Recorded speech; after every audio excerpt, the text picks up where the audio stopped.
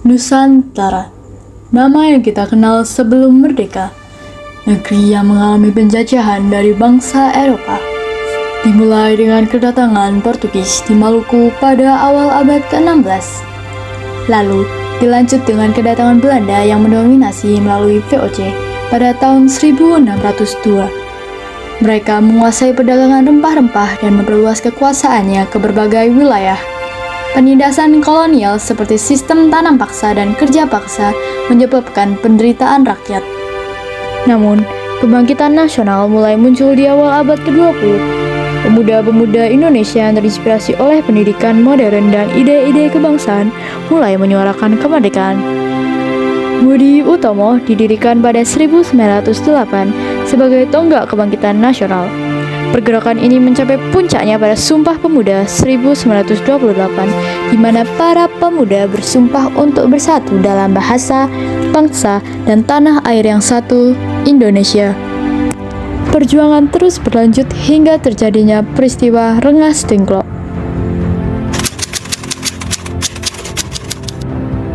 Di rumah Soekarno, Jakarta, Soekarno dan Hatta sedang berbincang. Lalu tiba-tiba datanglah Fatmawati, istri Soekarno yang terlihat kepanikan. Pak, ada pemuda besar yang udah nanti kita gimana? Maaf untuk Bung Karno, Bung Hatta. Kami dari Peta Tentara Muda. Kami datang ke sini untuk menjemput kalian ke Rengas Dengklok. Apa maksudnya? Apa sekarang Dengklok? Jangan sudah penting sekali. Jepang sudah kalah dan kita tidak bisa menunggu lagi. Menghadap Bung Karno akan memproklamasikan kemerdekaan cepat-cepatnya. Kami tahu desakan Anda, tapi nggak bisa proklamasi terburu-buru. Kita harus memikirkan kemungkinan-kemungkinan yang ada kalau kita proklamasi terburu-buru. Bu, Belanda bisa menguasai lagi, dan kita akan menjemputkan ke Rengas Dengklok agar kita bisa berpikir dengan tenang, tanpa tekanan Jepang. Sekarang kami akan membawa Rengas. Baiklah, kami ikut.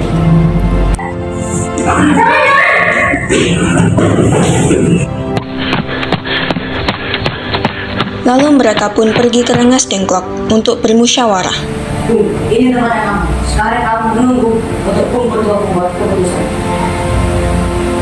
Baik, kami mengerti keinginan kalian, tetapi kita harus mendapat dukungan dari semua pihak. Kita tidak boleh gegabah, ingat. Bu, rakyat sudah siap. Mereka tidak hanya menunggu kebenaran dari kita. Karena mungkin ini sudah saatnya. Jepang sudah tidak ada dan rakyat dukung kita pun. Baiklah, kalau begitu, kita akan memproklamasikan kemerdekaan secepatnya. Kita akan kembali ke Jakarta dan kita akan menyusun teks proklamasi bersama. Siap, kami siap untuk mengawal kalian. Sejarah akan mencatat langkah besar ini. Di rumah Soekarno di Jakarta, Soekarno dan Hatta duduk di meja, menyusun teks proklamasi. Proklamasi kami bangsa Indonesia.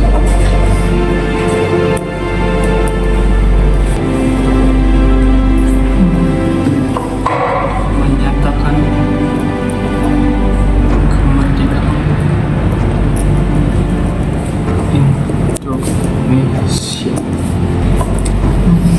Soekarno, ini akan menjadi tonggak sejarah. Rengas Dengklok adalah bukti bahwa pemuda dan bangsa kita tidak ada yang mundur selama pun.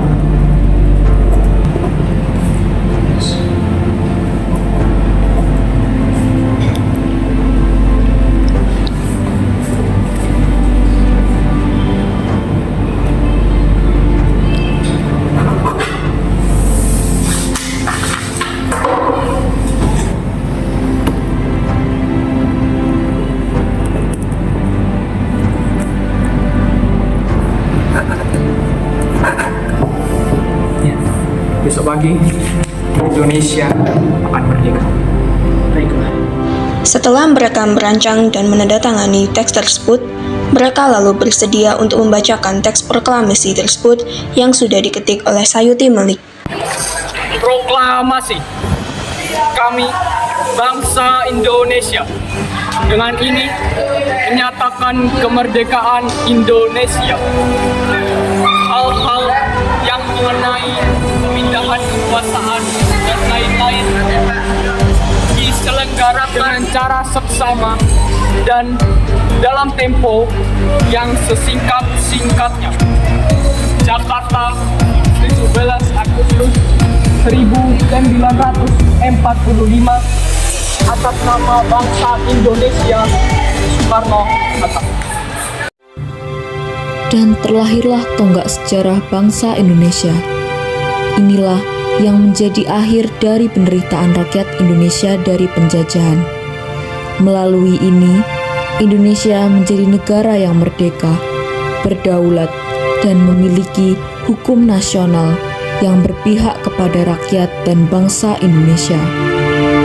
Setelah perjuangan tersebut, telah menjadi tugas kita sebagai bangsa Indonesia untuk mempertahankan kemerdekaan dengan cara saling toleransi, menghormati simbol negara, mengamalkan nilai-nilai Pancasila, semangat nasionalisme, serta mendalami warisan budaya.